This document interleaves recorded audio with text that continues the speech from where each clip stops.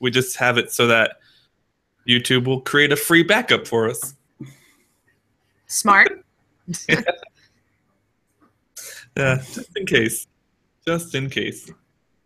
Okay, so we are live on YouTube now. Refresh this bad boy here. All right, we're good. FF Degenerate. Any particular sites that you write for that you want me to mention? Sure, yeah, I do all my stuff over at footballdiehards.com. Okay, football. Cool. All right, you guys ready? Yes, sir. Your audio seems to be good now, by the way. That must have been something with the video there. Who, me? Yeah. Oh, that's good to hear. That's really good to hear. Thank you. All right, let's get into it. I'll do a 3, 2, 1, and then start my intro here. 3, 2, 1. Hello, everyone, and welcome back to the Fantasy Authority Podcast. This is episode number 70. Can't believe we're at 70 already. It's been a heck of a ride.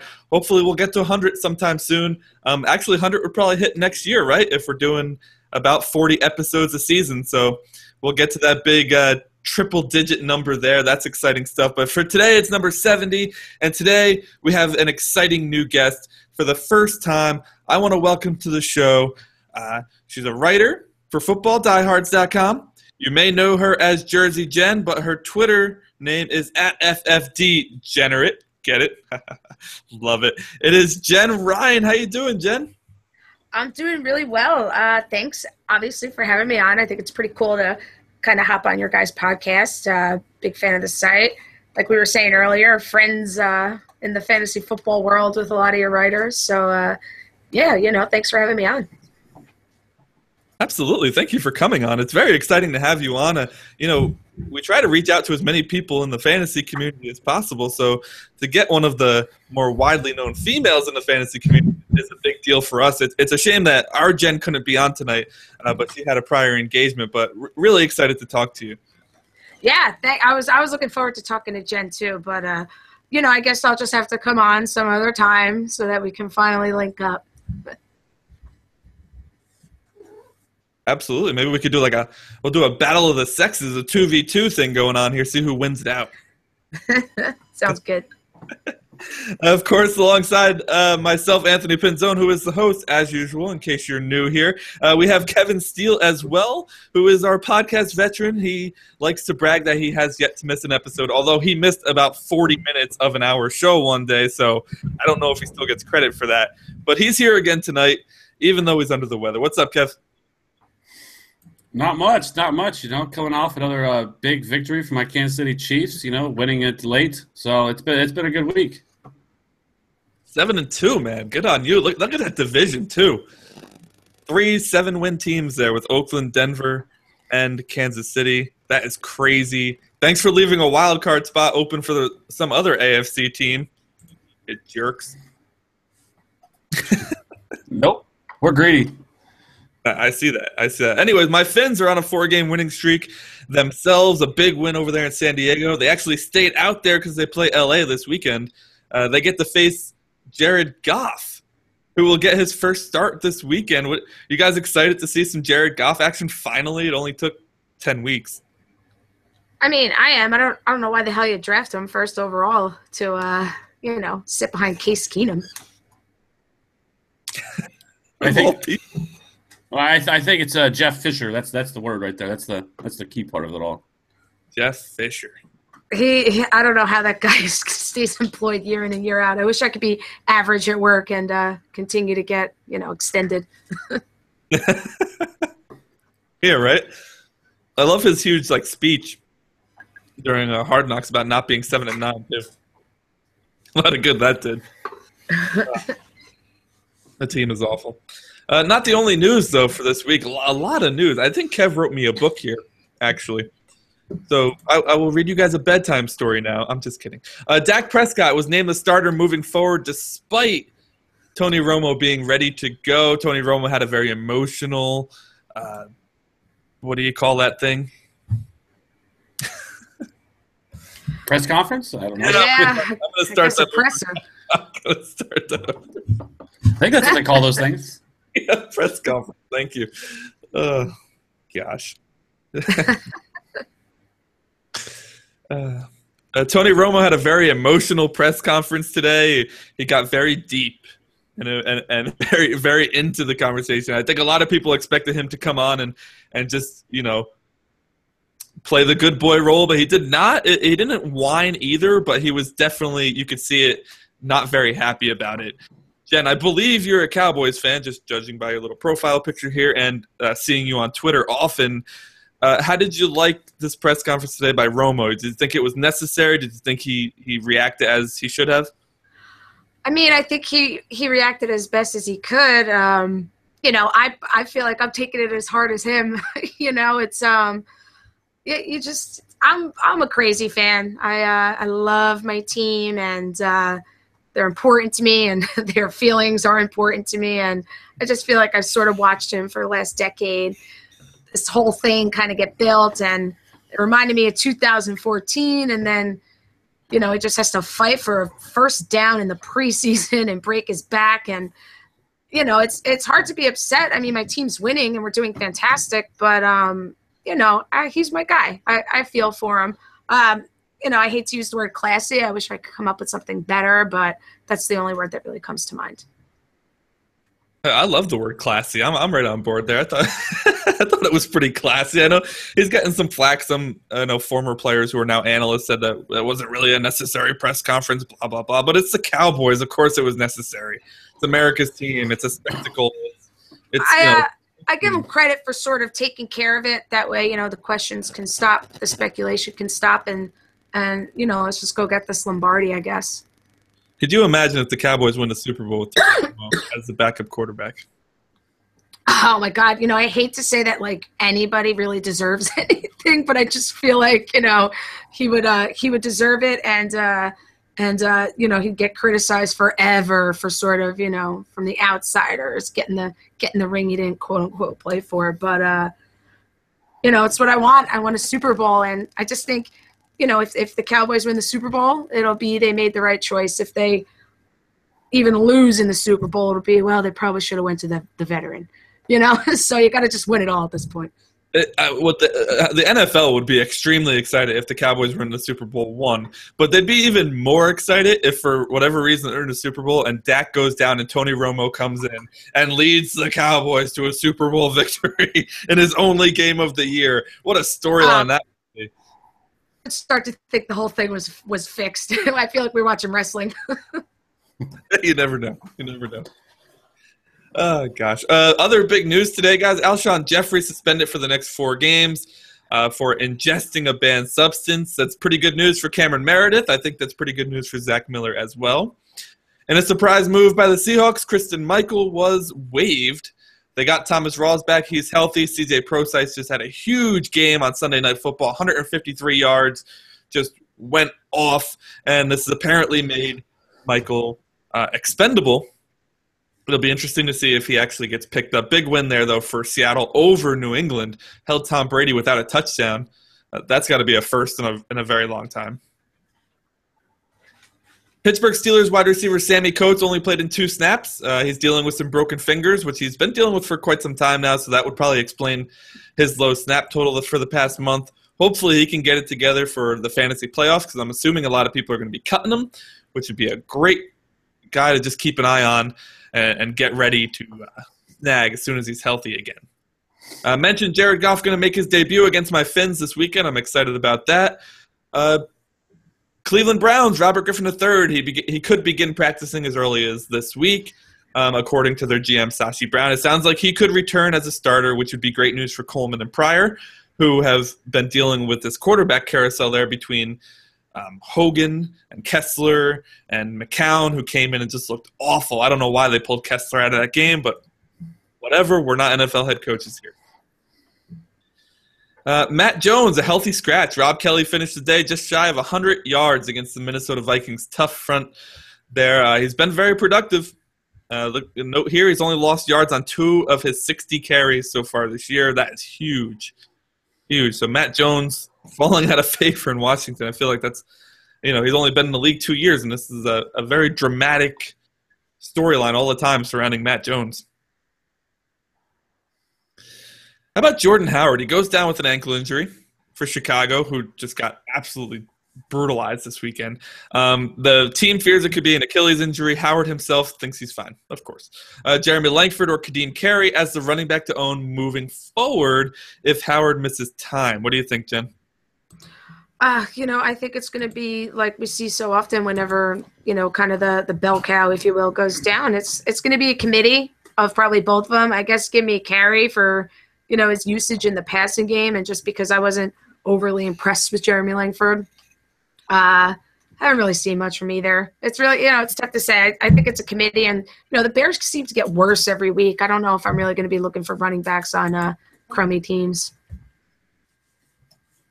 Yeah, we kind of thought that they may be something coming in. Jay Cutler, his first game back against a tough Minnesota defense, beats them 20-10 on Thursday Night Football, right? So we're like, oh, man, maybe Jay Cutler is back and the Bears are going to win some games. And, no, that just didn't happen. No. Not at all. Not at all. Kev, Langford, Carey, neither? Yeah. If I gun to my head, I had to make a decision, it'd probably be Jeremy Langford. He outtouched Kadeem Carey last week.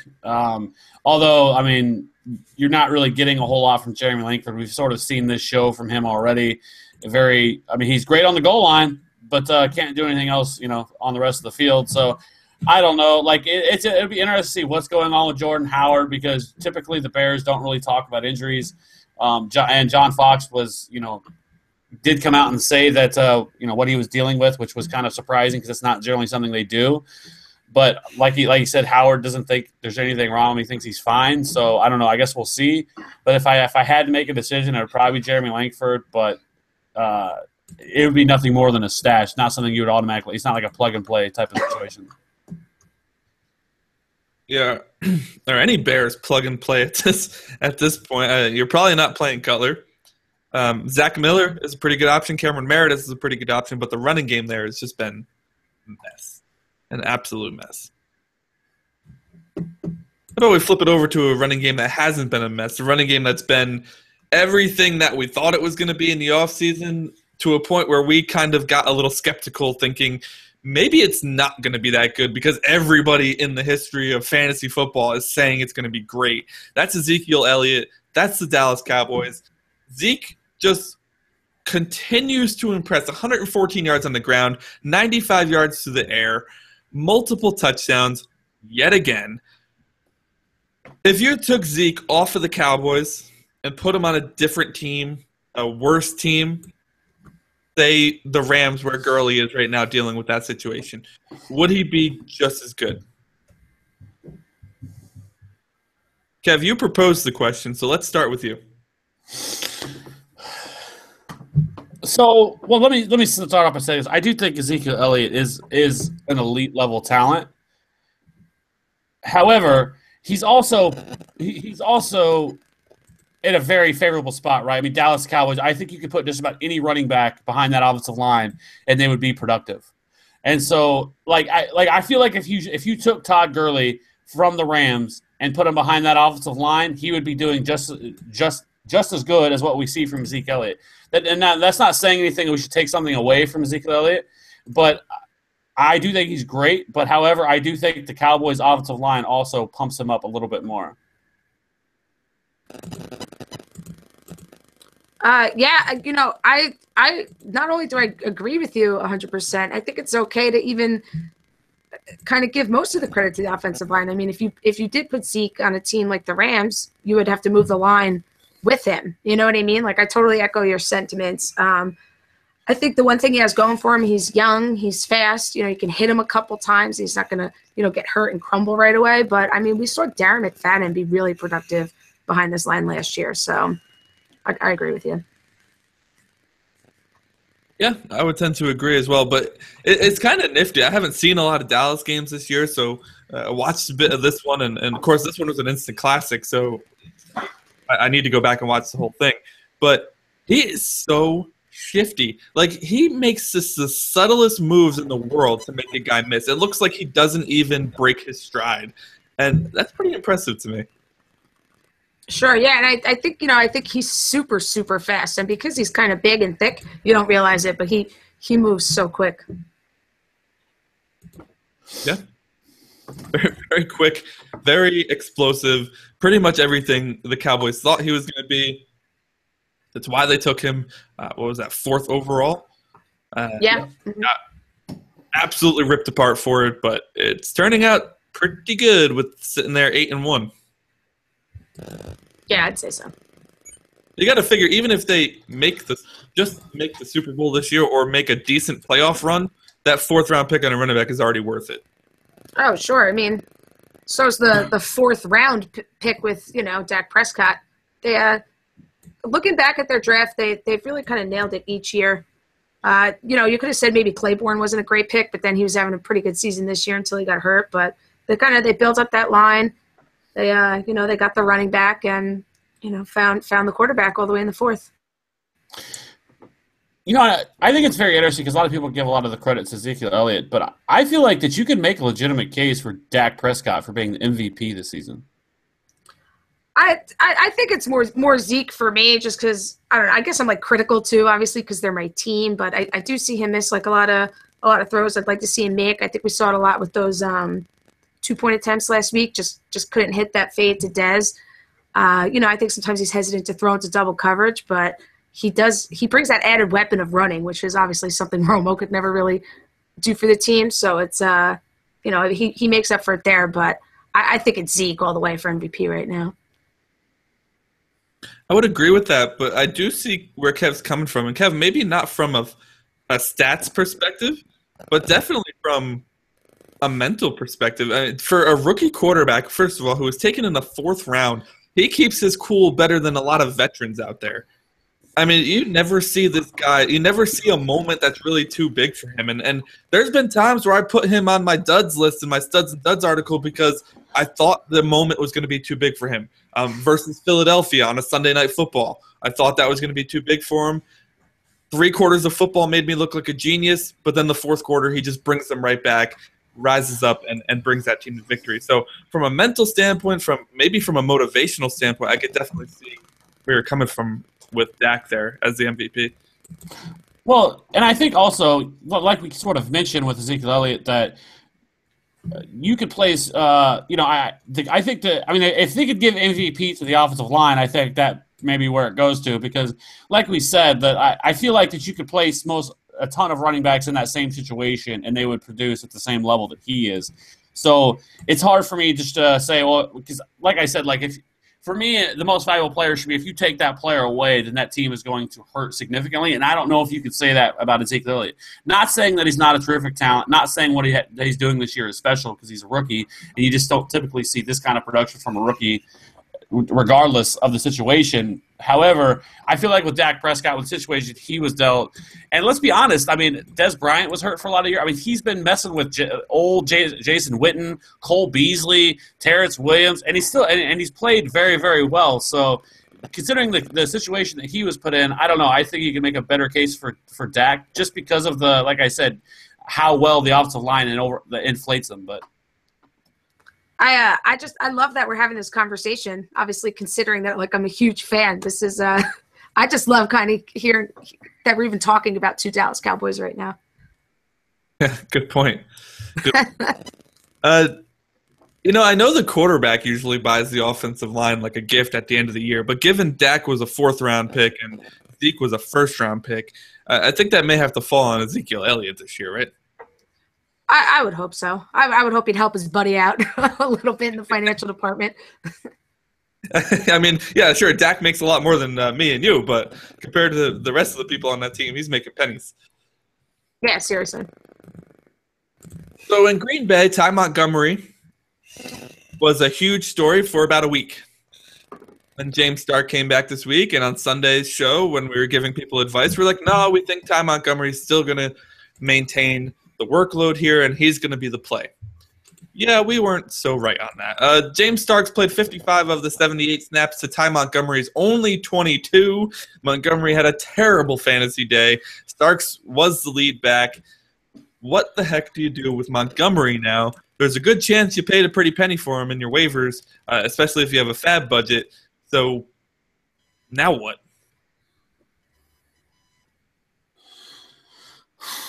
I'm not overly optimistic about James Starks. I really haven't been all year. I still am in that same position. I don't think that he's I sort of think he's done. I think he's washed. Before the knee injury, he didn't look good whatsoever. Now I really don't expect after coming off a knee injury that he's all of a sudden just going to start balling out. So I'm not really investing all that much in James Starks this week. I know a lot of people will use a high, whether it's a ton of fab or a high waiver priority on him. I wouldn't personally, just because I don't think that you're going to get much from him. As for Ty Montgomery, I think he's still a hold because I do think, like I said, I don't think James Starks is the answer in that backfield. And coming off the injury, there's always possibility of re-injure. However, like I said with Ty Montgomery, I was actually surprised considering that obviously Ty Montgomery is a much better pass catcher out of the backfield considering, he is a former wide receiver, that they didn't use him more, especially as behind as they were. And because when they were using him in weeks past, they were very effective doing so, and he was very effective. So I don't understand the mindset, but also Mike McCarthy, I think, is also a guy who probably shouldn't have a job as a head coach because I've never really felt like he was that great of a head coach. He was just lucky to have Aaron Rodgers. Yeah, I'm sorry, I'm laughing at that. I think that's a funny way to put it. I agree with you. James Starks is coming off an injury, so of course you're holding Ty Montgomery. He's a bench stash at this point. But what he is he's a productive fantasy asset as an injury replacement. So you're kind of banking on either Starks to get rehurt, even one of the receivers, Cobb maybe. But yeah, I'm laughing at Mike McCarthy because it's been an awful season for them, and I almost feel like it's not awful season. For him specifically, and I feel like he's a little old school, and he's like maybe Ty Montgomery is a true receiver, doesn't really want him using him in the backfield, but he should be using him. I mean, he was producing when he was back there. Yeah, it's very curious how they're using him now, right? Because it seems like it worked when they used him as a running back, and not even just a running back. They used him everywhere, right? His snaps were split pretty well around the field, whether it was the slot or the X or anything, even in the backfield. He was very productive, and then you just stop. Like, I don't know. I mean, when you see something good happening, wouldn't you want to continue to do that good stuff? Well, sure. I mean, if it ain't broke, right? Yeah, well, they apparently thought it was broke because they fixed it, and it wasn't better.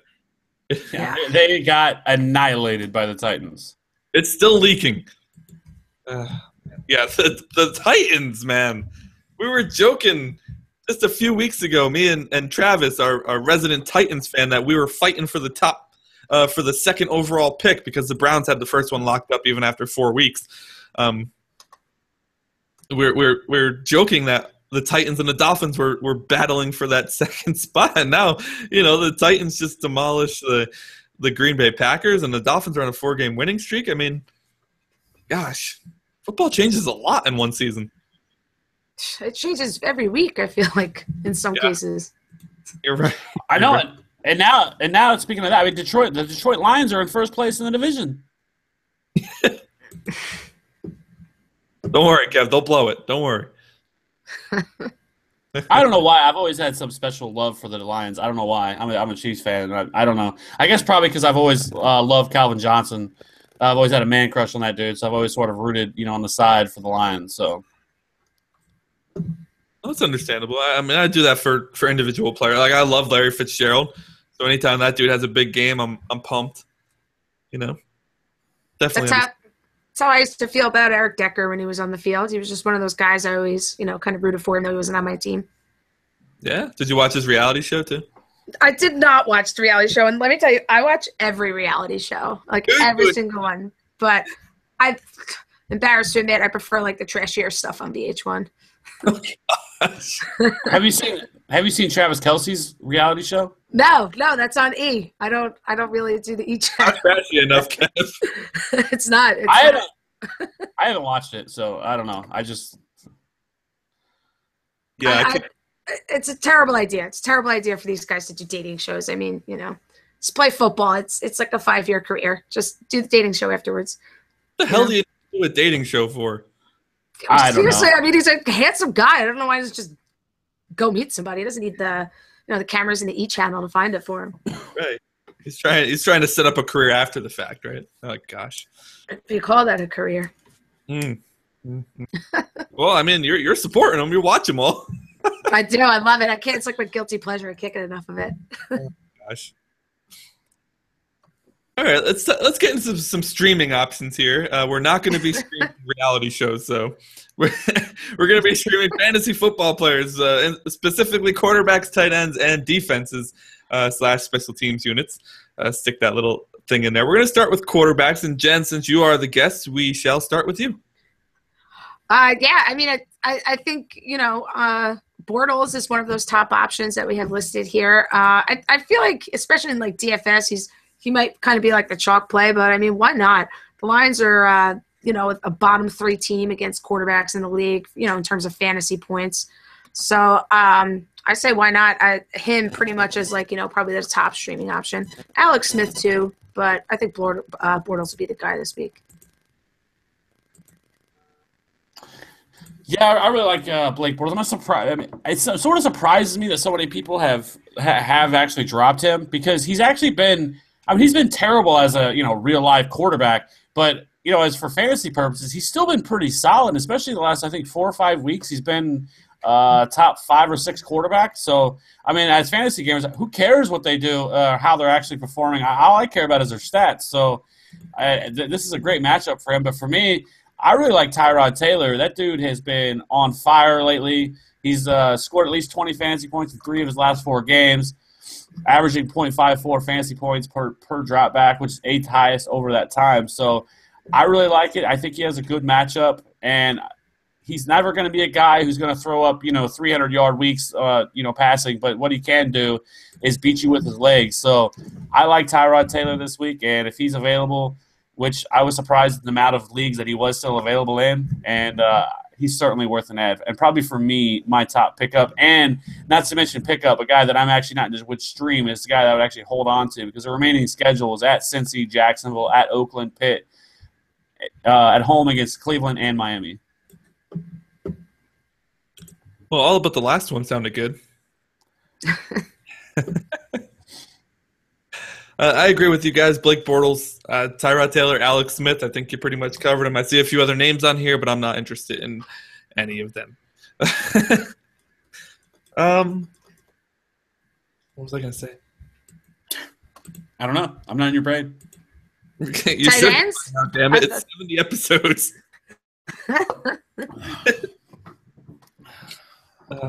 Gosh. I have no idea.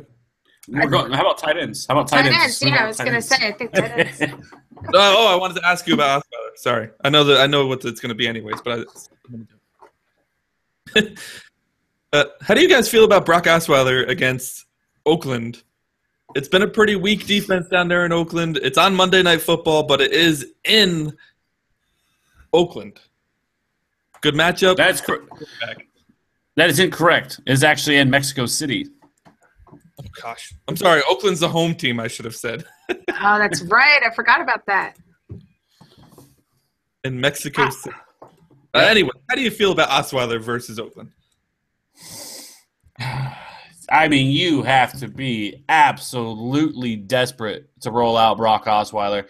He burnt me one time this year in DFS. I thought he had a good matchup. I threw him in a lineup or two, and that just flamed out. He has the weapons. I don't know what's going on. I don't know why. The guy can't do anything. I mean, he looks like the worst quarterback in the league. So, I don't know. You'd have to be really desperate. The Raiders' defense has actually played better as of late. They're not their defense has really started to come together with Khalil Mack, Bruce Irvin, and then even Sean Smith, who they spent a lot of money on over the offseason, has really started to play better as well. So, I wouldn't mess with it. I wouldn't want anything to do with it because I'm sure that you're going to see a ton of Raiders, especially even though it's the games in Mexico City, a ton of Raider fans.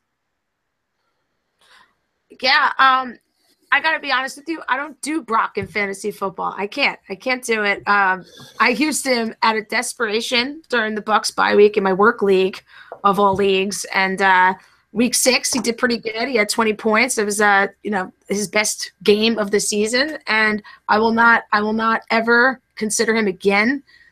Even if I was desperate, I just don't think we'll get it again. He's just really terrible, and he's destroying the value, I feel like, of all the Texans with the exception of CJ Fedorowicz. I mean, even Miller's hurting from it.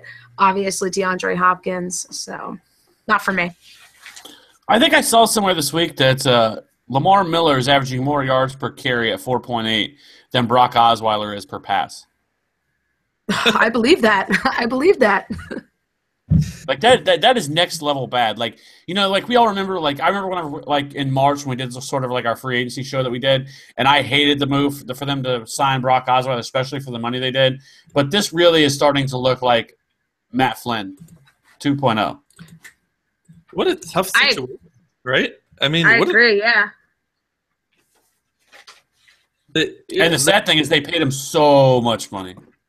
Yeah, like when can they get out of that? Is that one of those, I think he has to. I think they're going to have to, unless they ate a bunch of dead money. If I remember, I've looked this up in the past. I don't have the numbers in front of me, but I think they're on the line this next season for a ton of money. Then after that, they can get out from under it. But so they've already set their franchise back at least a few years. I wonder the trickle-down effect that contract could have, because now, any average quarterback could go in there demanding Brock as a baseline sort of to begin negotiations. And, I think he might have really threw a monkey wrench into the quarterback salary situations going forward for a lot of quarterbacks.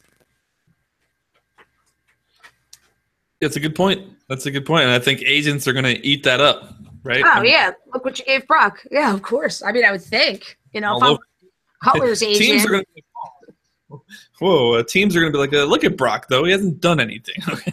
That's true. It's an interesting situation because I feel like, Will Fuller was playing really well at the beginning of the year, and Brock was the one getting him the ball. So what happened there? It just all kind of fell apart. And it's a rhetorical question. I don't want to talk anymore about Brock Osweiler. It's a tough situation there. Now we move on to the tight ends.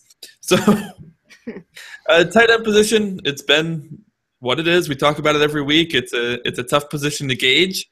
There are 2 or 3 guys at the top and then a bunch of Jags underneath. But these Jags do score touchdowns. So which one are you relying on to do that for your team this week? Jen, we'll start with you. I'm sticking with the theme of picking on the Lions here, and I'm looking at Julius Thomas. The matchups there, the Lions again, they're bottom 3 team against tight ends as well. I'm sorry, bottom 2 team against tight ends. 9 touchdowns to the position, and then you have Julius Thomas. He's coming off this 10-target game, so I'm kind of looking for Blake Bortles to sort of hit the Lions where it hurts for them, and it seems like every tight end has managed to score on them.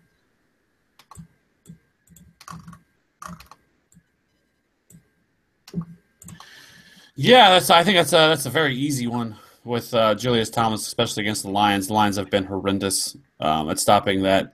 For me, a guy I really like, and which we just sort of talked about, is CJ Fedorowicz. The guy continues to get targets. As long as that's the case, I will continue to buy in. So for me, I think you could do – and the Raiders are pretty bad against the tight end as well. So like I said, I mean, for me, it's always with tight end, it's always can they get a touchdown? If they can, great. That's basically all you're looking for. Anything else is fantastic. So, yeah, I agree. I'm going to go with Zach Miller. I talked about him a little bit before when we mentioned that Alshon Jeffery suspended for 4 games. It's not a great matchup against the Giants. I'll admit that. They have not let up a lot of touchdowns to the tight end. I think only actually 1 or something like that. But Zach Miller has 10 targets in 2 of his last 4 games. He's getting fed the ball. This past week was a bit of a down week for him, but hey, for a tight end to be getting any sort of consistency in the target department is good news for me. And Zach Miller is still available in quite a few leagues, owned in 70% of Yahoo, so maybe not available in quite a few leagues, but there's still 30% of you out there who don't have Zach Miller on a team in your league. Yeah, and I mean, I like that move too. But a guy that I think a lot of people are going to gravitate towards this week because of what he did last week, and that's Cameron Braid.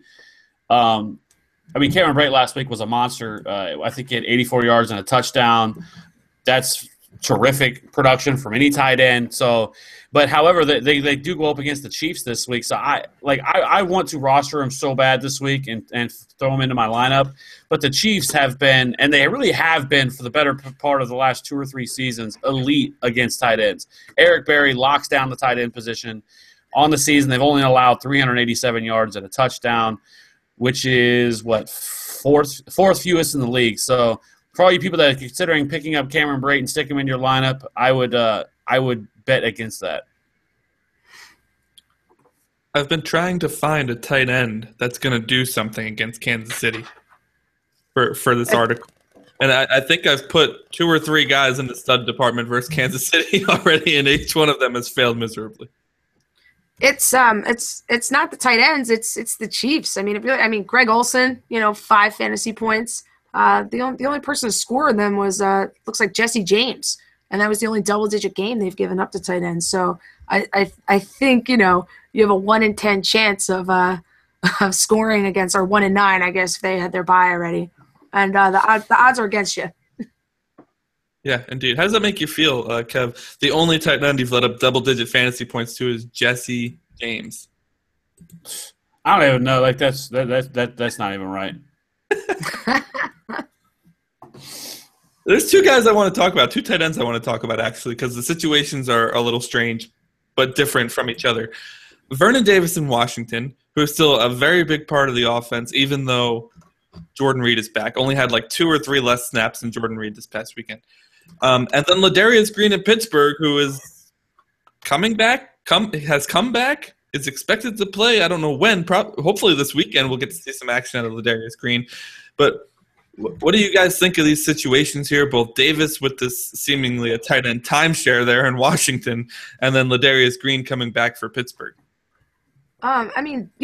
Davis is making a lot with the little. He's not a little, but he's a tight end 17 on the season, so he's within the top 20.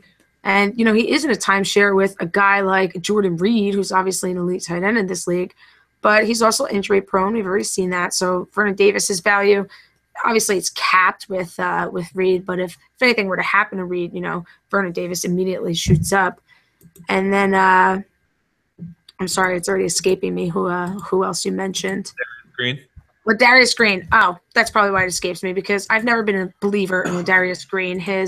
I feel like there's just been like a huge amount of overreaction to his really small sample, and not really banking on much of him. I mean, he was targeted, especially in the end zone, but just doesn't do it for me either.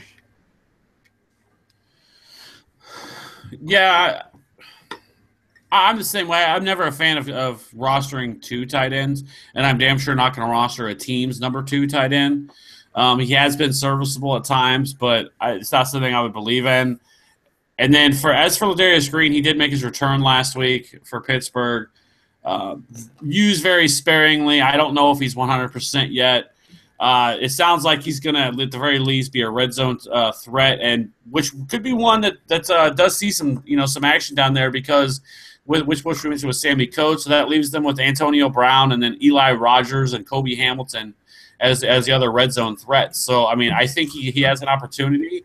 However, as you said, Jen, that he's always been a hype guy who's never actually done much to actually, to prove that right. Sure. I mean, I'm sure the upside's there. I just haven't seen enough of it. Got all the physical tools to succeed. He just hasn't been on the field to get it done. Was there behind Antonio Gates, then finally gets out of San Diego, gets over to Pittsburgh, and gets hurt. So rough go of it for Darius Green. Maybe he'll make something of himself one day, but maybe he'll go the route of Julius Thomas. Maybe he's the C Mike of tight ends. Mike of tight ends. They're gonna have to pass him around to a couple teams. Yeah. He's got to. How about like Niall Davis, right? He was on 3 teams in one day. So. I wish he would write a book about that. That's got to be the weirdest 10 days of his life. It's true. And he wound right back up where he started. So. Yeah, full circle. I wasn't sure you guys were going to take him because you took Bishop Sankey there. I was like, wow, they chose Bishop Sankey over Niall Davis, so there's that. All right, how about some defenses and special teams? Let's go through these a little quickly here. We have a bunch of stuff left to cover, so why waste a ton of time on defenses, right? Who do you guys like this weekend from a defensive perspective? For me, the Raiders, just to pick on Brock a little bit. I think that's simple enough, kind of where it is. Steelers too, obviously, to pick on Cleveland. Good. I'm actually a big fan of the Giants this weekend. You got Cutler. Cutler's terrible. Cutler's going to throw interceptions. The Giants' defense has been quietly a little underrated so far this year. They've looked pretty damn good. Their pass rush is getting going with JPP. So I love the Giants' defense this week. I'm going to play a total homer card here and go with my Miami Dolphins. We just held Melvin Gordon to a whole lot of nothing. I expect the same against Gurley, and they face a rookie quarterback. So 4 interceptions against Rivers. Can we make it 4 more versus Goff? I guess we'll see. So that'll do it, guys, for your Week 11 streaming options. If you need more advice or if none of those guys are available in your league, reach out to us on Twitter at @FF_authority or use hashtag AskTFA with your questions, and we will be sure to give you a little more personalized advice. Get your team prepped for this Week 11 matchup, especially if you have a ton of Falcons on your team like me. I am just hurting right now. Hurting very badly. That Matt Ryan, Julio Jones stack has been helping a whole ton until we hit this week. Yeah, even Sanu. Sanu's been a really nice flex guy too, and I'll be without him in a few leagues this week. Yep. Gonna have to play the waiver wire. Speaking of which, what about the guys after the waiver wire? Here's the best of the rest. Guys who are not likely to be picked up in your waiver. Guys who are not likely to be picked up in waivers this week that you should target. Kev, how about you lead us off? I typically go with a Kansas City Chief here, but, I decided to go against that, not to, to go all homer like I normally do. So this week it's going to be Kobe Hamilton from the Steelers. He has been getting a decent snap share over the last couple of weeks, especially with the Sammy Coates injury. I think with that, I think he's going to I think he's a guy, at the very least, as a flyer, just kind of hold on your bench. It really is going to depend on how much room you have to be able to hold a guy like that. But I do think he's somebody that could start producing. I love that. I love that suggestion. Nobody's really stepped up in Pitt and kind of really seized that wide receiver 2 job. So I love that kind of speculative ad. For me, it's Capri Bibbs. He's 17.2% owned in ESPN leagues. And I have a note here.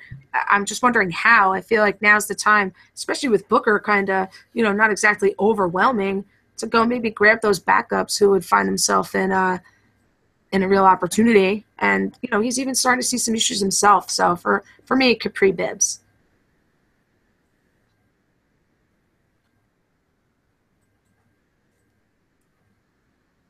Where did you leave off? Oh, hello? Hello? Hey, are you guys still there? What the hell just happened? Did you get cut off mid-sentence? I don't know, Kev. I just got back. What happened?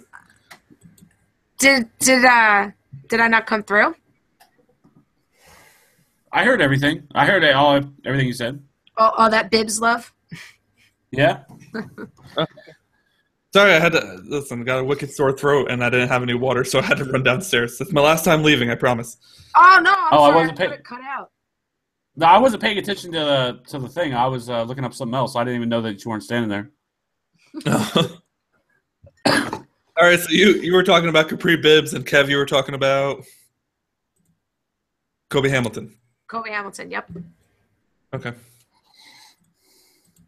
All right. Capri Bibbs. You like Capri Bibbs, huh? I just, I think, like I said, I think he'd have, an opportunity and kind of is making a little name for himself. And really just Booker isn't really performing lights out in the same manner C.J. Anderson did. And it looks like Bibbs, whenever you give him the ball, he kind of does something with it. So I think it's about the time to sort of handcuff Booker, or if somebody else owns him, either way, I think he's worth the stash. Certainly, I think this is handcuff season right now. Like, this is what fantasy owners should be doing, and it's time to start dropping the dead weight from your team. Stop holding on to hopes some of these guys, and to start picking up handcuffs because, with trading coming to an end, you're not no longer going to be able to help yourself out through trade. So the best way to help yourself is through picking up handcuffs, and not just picking up handcuffs for your own players, but picking up just the elite level handcuffs that still may be out there. Because I still think there's a pretty sizable, Alfred Morris, for example, is an elite level handcuff, should be owned in all leagues, in my opinion, because if something were to happen to Zeke Elliott, then obviously he steps in and becomes an automatic RB1. And then I think if you look down the list, there's other guys that, like a Peyton Barber, for example, with Doug Martin coming back from the hamstring, or Kenneth Farrow, who's a guy that I've talked about quite a bit on this show that I really like as a handcuff, or even as crazy as it sounds, Fitzgerald Toussaint from Pittsburgh. D'Angelo Williams is still dealing with, I believe, a knee injury, and if something happened to Le'Veon Bell, Fitzgerald Toussaint would be the guy who would step in. So for me, this is the time where we're getting really close to fantasy playoffs. It's not that far away, and it's now the time to start, really hoarding all the handcuff running backs. Fair enough. So from handcuff running backs, I'm going to actually go over to your team, Kev, a guy that we've talked about a few times. But, this past Sunday, you guys actually liked Chris Conley better than him, and he had quite the productive day. I, of course, am talking about Kansas City Chiefs wide receiver Tyreek Hill. He's coming off a 10-catch, 89-yard performance this past weekend. He was targeted 13 times, as most of the season by far. He actually has 24 targets over the past 3 weeks, which is just huge for anybody on that offense, as you know. I mean, the beginning of the year, we joked a lot because they had the most passes in the league, right? Alex Smith was leading the league in pass attempts. When does that ever happen? Since then, I guess they've kind of gotten back to their normal split there with the run game. But Tyreek Hill is still seeing the targets. He had a down week in Week 9, only had 11 yards on 3 catches, so probably scared a lot of people away. They were like, hey, it was just a one-week wonder. Comes back this week, does it again. I like Tyreek Hill. I mean, especially since he's probably only going to be spot starting for you at this point in time. I think he makes a pretty good spot play. Pretty good schedule, too. Tampa Bay. Then Denver, so that's a tough one. But then he gets Atlanta and Oakland in weeks 13 and 14. His fantasy playoffs aren't great against Tennessee and Denver, but he can at least help get you to the playoffs. Yeah, and if you're talking about Tyreek Hill, you got to say Tyreek Hill. It's not Tyreek Hill anymore. He's earned himself a nickname, so just so you know that.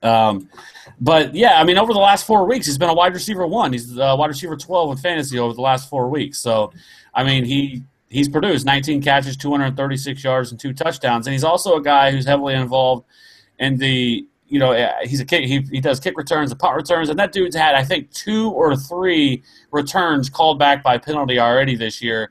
So, I mean, obviously you can get points that way. Plus, they use him in the ground, as a running back as well. He has 63 yards rushing over that span as well. So, dude he is gone unnoticed for the most part of this year. And people should be taking notice because they are trying all sorts of ways to get the ball into his hands. And he is a home run hitter waiting to happen. Anytime he gets the ball in his hands, he can break off for a long touchdown. So I really like that call. Yeah, totally. It's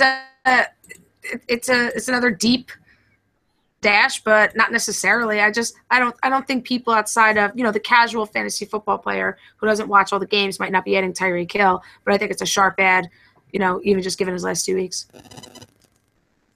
Yeah, he's going to probably give you close to 3 weeks of production here in the next 6, so that's pretty good. If you could spot play him, if you need some help, I think that's a good job there. Especially.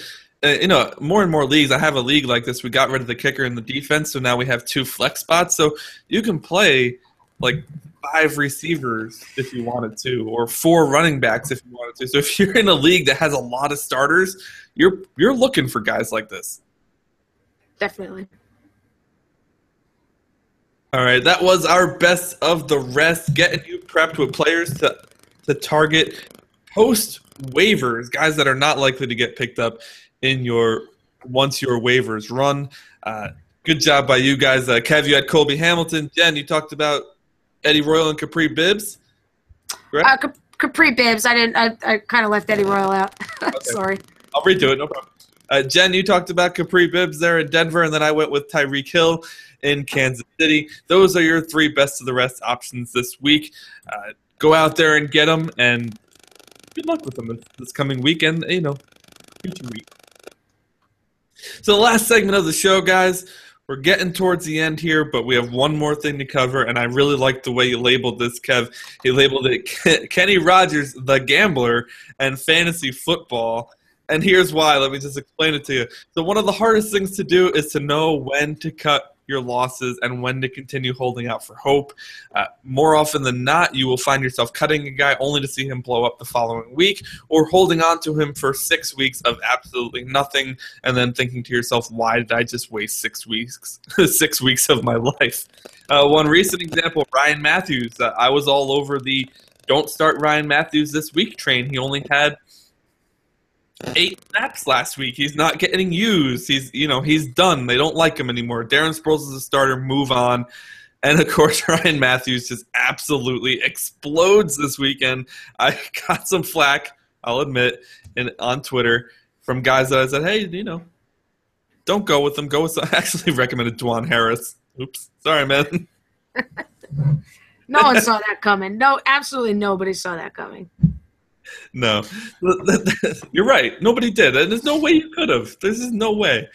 The moral of that story is do not believe anything Doug Peterson says. Yeah. Well, I tell you, I bet you there are people that are still playing them because there's still people who get attached to a name and continue to play that name every single week no matter what.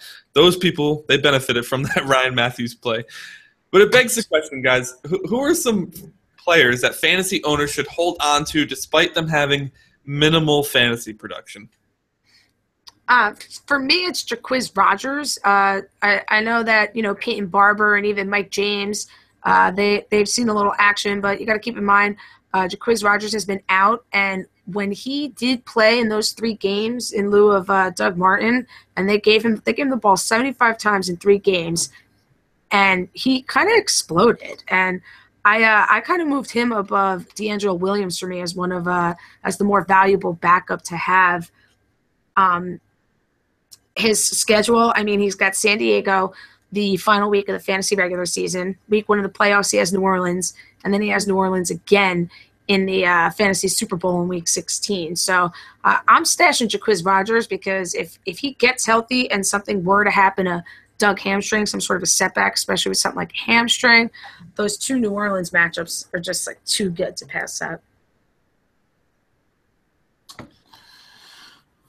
For sure, I think we've been talking about that forever now. With usually with Jameis Winston are talking about buying low on Doug Martin, but for sure, I think having any of those, whether it's Mike Evans, Jameis Winston, Jacquizz Rodgers, Doug Martin, doesn't matter. That's a way to win your championship right there, is having some piece of that whenever those goes down. For me, a guy I really like, and it's sort of something we've been waiting on, and that's Kenneth Dixon out of Baltimore. Last week was his first week that he really saw, a decent workload. He had 6 carries for 38 yards, and he also received 7 targets, 5 receptions for 42 yards. He's playing behind a guy who, let's be honest, I don't think anybody should have felt like that this was going to be a long-term option with Terrence West. I've always felt like he's just a guy. I didn't think this was going to be something that was sustainable. He looked terrible at the beginning of the year. Then he had a couple weeks of real production. But I've been banging the drum for Kenneth Dixon all season. I think he is their best running back, and we're starting to see that now. And if you own Kenneth Dixon or he's available in any league, I would be adding him as quickly as possible because I think he is going to take over that job there. And I think he is going to be a guy pretty similar to what we saw from Javorius Allen last year who could really pay big dividends. Whatever happened to Javorius Allen anyways? Allen. Yeah, he made a big hit on special teams the last weekend or the weekend before. The last thing I remember from him is he fumbled against the Chiefs last year, and they benched him, and that's the last I saw of him. Crazy. Especially considering how awful the running game was for a little while there. But they like Terrence West. But you know what, they can't play him forever if he doesn't produce. So Kenneth Dixon, good call out there. Dixon looked pretty good in the little carries he got too, so I like that call. I also like Jaquiz Rogers. That schedule is so nice. And I don't know how many people are looking that far ahead, but you may be able to really kind of steal Rodgers from either an owner or from free agency at this point. Totally. Good calls from both. So let's flip things then. How about guys that started slow but have turned things around, a la Russell Wilson and Allen Robinson lately? Well, I mean, I remember a few weeks ago whenever we had Dynasty Frank on and we were talking about something. I think we were doing a buy-sell, and I was talking about Allen Robinson. And I actually, it was funny that, I think that a couple days later I started seeing people on fantasy Twitter start talking about they dropped Allen Robinson in leagues. And I'm like, that's the dumbest decision I've ever seen made. But it just doesn't make any sense to me. And I don't know. I mean, I guess I'm buying into exactly what he's been doing the last 2 weeks. 16 receptions, 183 yards, and 2 touchdowns. Double-digit fantasy performances over the last 2 weeks. We know the guy's got the talent. I think he's starting to get back on track. It really has started once they fired their offensive coordinator. They've become more of a balanced offense down there in Jacksonville, and it started to really play out and help the offense. And if it continues, I think Allen Robinson was a guy that you probably could have bought low. Now I don't think that's going to happen anymore. But I really liked Allen Robinson, and sometimes in fantasy football you just kind of have to wait things out. When you're dealing with stars, I always think it's a bad idea to try to move them at their lowest value because you're not getting anything in return for them. No one's going to give you much for them, so you're trading them at their lowest value. So I think you're better off just holding those types of players. And what I mean by that are players who are, have superstar in them. Another one, I think Dez Bryant would have been an excellent choice. But a lot of people kind of forget that he was coming off a foot injury. I think that really started slow. Then he was banged up for a little bit. I think we're starting to see him really come on. He had a big week last week, and I really I'm liking the direction that he's heading. So I think the moral of the story with some of this is just, don't freak out, especially with your stars early on, because eventually they're going to get right. Yeah, just to sort of add on to what you said about, people saying that they were dropping Allen Robinson. I mean, could you imagine, why are you dropping Allen Robinson? I mean, a lot of these leagues, like your regular old ESPN league, they have safeguards in place. You can't even drop your first-round draft pick in some of these leagues. And it's like, yeah, absolutely you stick with Allen Robinson, and he really has come on in the last 2 weeks. The two guys I thought who kind of got off to slow starts would be Marcus Mariota in the first 4 weeks of the season, 4 touchdowns, 17 touchdowns since then. And then Jay Ajayi, he got off to a slow start in the first 4 weeks. He had single-digit fantasy days, and then he scored double digits in 4 of his past 5 games. And then my last one is actually Golden Tate, and I think his is so big, too, just because of the flip-flop that happened. You had Marvin Jones start off with a huge season. Golden Tate got off kind of slow. He had 31 total PPR points in the first 5 weeks of the season. He's had 80 points since then, and he's just totally been outplaying Marvin Jones. So those are some guys that, I know in plenty of my leagues I saw Golden Tate get dropped, and everywhere I did I scooped him up, even Ajayi. And people who stuck with them, they've been benefiting for it the past couple of weeks. I dropped Tate. Yeah, it was tough for a little bit there, and Marvin Jones looked so good, Yeah. I've been a Tate believer for a long time, too. I was very disappointed. Sorry, Kev, go ahead. Yeah, I mean, it was crazy. A lot of people were overhyped Marvin Jones early, and then I still think Marvin Jones is going to, turn it around a little bit. I think they need to get more. Maybe they can just have a little bit more balance. It's like, they had this nice run with Marvin Jones. Now it's Golden Tate, so maybe they can just get a little more balance for, the fantasy gamers, but I doubt that happens. But another guy that I didn't mention earlier, but that's Russell Wilson. Russell Wilson was pretty awful the first, really all the way up to the last, before the last 2 weeks happened. And very frustrating. You likely spent, decent draft capital on him, and he just wasn't producing. He was hurt, and he lost the ability to, get out of the pocket and do the special things that Russell Wilson does as the magician down back there behind the behind the line of scrimmage, excuse me, and like he was frustrating. But a lot of weeks you felt like you had to start him because you didn't really have a choice. Hell, he went to New Orleans and couldn't do nothing. And like I think that's probably was a lot of fantasy owners' tipping point with him. And I wouldn't be surprised if people got crazy and dropped him. I don't think it was a mass amount of leagues, but I'm sure there's plenty of people who did that just couldn't take it anymore or traded him off for nothing. And now are really regretting it because over the last 2 weeks, dude's been straight fire, throws for over 630 yards and 5 touchdowns over the last 2 weeks. Looks very similar to what he did last year where he got off very slow and then exploded over the last second half of the season, and that's what he's doing now. So their running game is really not getting going, and they're really leaning on the pass. And Russell Wilson could be another, a guy that if you were able to buy low or you actually held out, could actually still lead you to a championship. Right. Well, tons of solid options here. Guys left nobody for me. Thank you. Appreciate that. No, I'm kidding. I do have a question, though. What do you think of DeAndre Hopkins? Any chance he pulls it together in time for the fantasy playoffs? I don't think that's up to him. I think that's up to Brock Osweiler. So, I mean, is there a chance? Sure. I mean, he's phenomenal. I'm not hopeful. It's that quarterback, and I think last year he fooled us. We all thought that he was, it didn't matter who was throwing to him, and then here came Brock, and now it's just been destroying his fantasy value.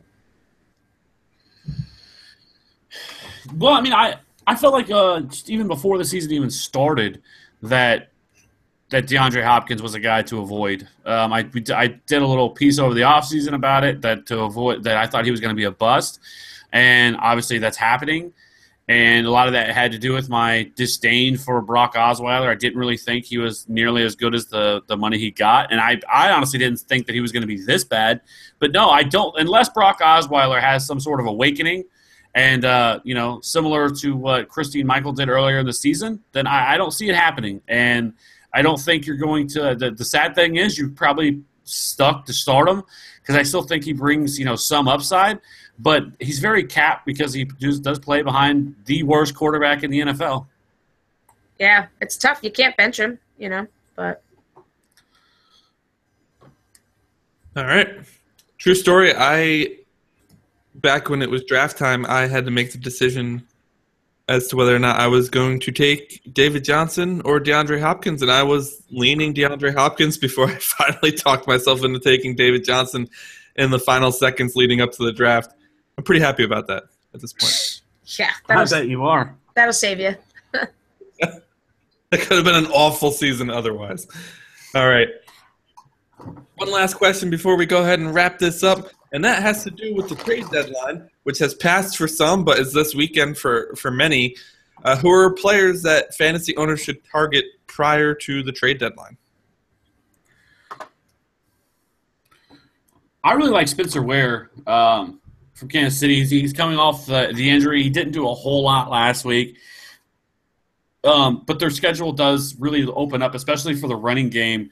They have some very good matchups. Even when you see Denver on the schedule like we've seen now, Denver is very, very beatable on the ground. You can rush right up through the middle without much problem. I like Spencer Ware. I think Spencer Ware is not a guy whose value is really all that high right now because, like I said, he is coming off the injury. He didn't do a whole lot last week. And with fantasy gamers, plenty of them suffer from what we call recency bias. And considering he hasn't been a guy who's really done a whole lot lately, that I feel like you could probably get him for a pretty decent value and a guy that I think that could really provide solid RB1 numbers down the stretch. For me, it's pretty much any Tampa Bay Buck or New Orleans Saints you can get your hands on it, and it just goes back to what we talked about earlier with that schedule with those two matchups between the two of them. I mean, you're not getting Mike Evans. It's going to cost you half your team just to get him in a redraft league, but realistic target options. Cameron Braid, I think Jameis is a realistic option. Obviously, Drew Brees. Maybe you can grab Brandon Coleman, Michael Thomas. Especially Mark Ingram. Really like Mark Ingram's matchups coming up, and he's coming off this sort of conceived timeshare that's not exactly happening, but you do see Hightower getting his touches too. I look at the matchups for the playoffs, and it's like a blessing that those two teams are sort of facing off against each other. So I'd be targeting realistic, attainable guys from those teams. Do you think Hightower is another one of those players like Blake Bortles, who's a terrible player in real life, but is a pretty good fantasy back? Because he did good, not this past weekend, but the weekend before. And even this past weekend, I started him. I mean, he only got like 7 points or something, but I mean, in reality, that was also. Sorry, go ahead. No, that was also against the 49ers. I mean, the 49ers made everybody look good. Which, of course, David Johnson, though, really was bailed out by his touchdowns. Because if it wasn't for that, he didn't do nothing on the ground other than those touchdowns. So thank God for them touchdowns, because that would have been exactly what we talked about the week before with Matt Harmon, that, of course, one of the best running backs in the league gets to face San Francisco and does nothing with it. You know what people really should listen to on this show? Is the sarcastic comments we make. We're not being serious, because I swear every single one of those sarcastic comments comes true. I mean, just that with David Johnson, you're like, oh, yeah, watch, David Johnson won't do anything in San Francisco now because that's just fantasy football. And then on Sunday, we were talking about which Arizona Cardinals wide receiver was going to do best, and we ranked them John Brown, J.J. Nelson, Michael Floyd, and Kev, you go sarcastically, watch, Michael Floyd is going to have a 100-yard day, which he did. So listen to the sarcasm, ignore everything else. It's like a crystal ball. Like, I got to start paying more attention to what you're saying. Yeah, for sure. Oh, God, so do we, honestly. Man. I actually, guys, I'm going to target Tevin Coleman, who has been a forgotten asset, I feel like, here. He's been out weeks 8 to 10. He has a bye week this week, so that's 4 weeks straight of being out. He may have been dropped in some instances. Still 71% owned, so he's still pretty widely owned. So I don't know if you'd be able to get him off your free agent wire, but he'd probably be pretty cheap in a trade. And the Falcons showed that they are very good at getting both backs involved. And although Tevin Coleman has Arizona coming in week 12, they have Kansas City, L.A., San Francisco, Carolina. That's weeks 13 through 16 there, which is a pretty cake schedule, especially San Francisco there in week 15 to get you into the championship. I'm going after Tevin Coleman shares myself. I like that call. All right. So, guys, unfortunately, that is all the time we have for today's show. Any last comments, words of wisdom, advice for the listeners? For me, if your trade deadlines and season-long leagues haven't come up yet, now's the time. Maybe even target an owner who's either has a great record and feels like they can part with somebody, or someone who's kind of on the bubble and feels like they need to make a move, because these trade lines they come up on you quick. So now's the time to make a move, and just keep working the waiver wire. I mean, I'm good example. I give you my family league. I have a 500 record, and I currently hold a playoff spot. So just keep going each week, and good luck. Absolutely. Good stuff. Kev, how about you? Anything?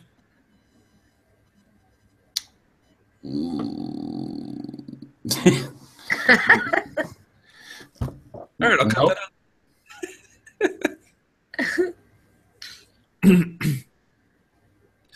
All right, good stuff.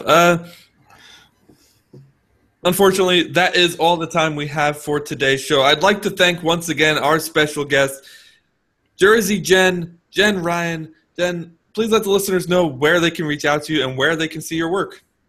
Sure. So you can always hit me up anytime on Twitter. It's FFDegenerate with a J for Jen, obviously. You can catch my articles over at footballdiehards.com. And Thursday nights at 7 o'clock on Sirius XM Fantasy, I hop on for a little segment with Football Diehards, so check that out too. That's awesome. Awesome stuff. Thank you so much for joining us, Jen. Yeah, thank you guys. I loved talking to you. All right. Hopefully we'll have you on again soon. As for us, guys, if you enjoyed the show, you can reach out to us on Twitter at FF_authority. You can head on over to thefantasyauthority.com. Lots of great content there every single week. If you want to ask some more direct questions, hashtag AskTFA. You'll get a whole slew of us, as Jen mentioned before. She's friends with our entire team on Twitter. There are a lot of us. Use hashtag AskTFA to get your questions answered there. We also do a live fantasy football advice show every single Sunday where we answer your lineup questions heading into the week of games. That's from 11:30 a.m. Eastern straight until kickoff. A really fun show, very laid back. Place for you to come hang out, chat football before you head into the week. Of course, we'd love it if you would rate, review, and subscribe our show on iTunes and Stitcher. It helps us a ton. Thank you so much for your support. That'll do it for Kevin Steele and Jen Ryan. I am Anthony Pinzone. This has been another episode of the Fantasy Authority Podcast. Thank you so much for listening, and have an awesome night, everyone.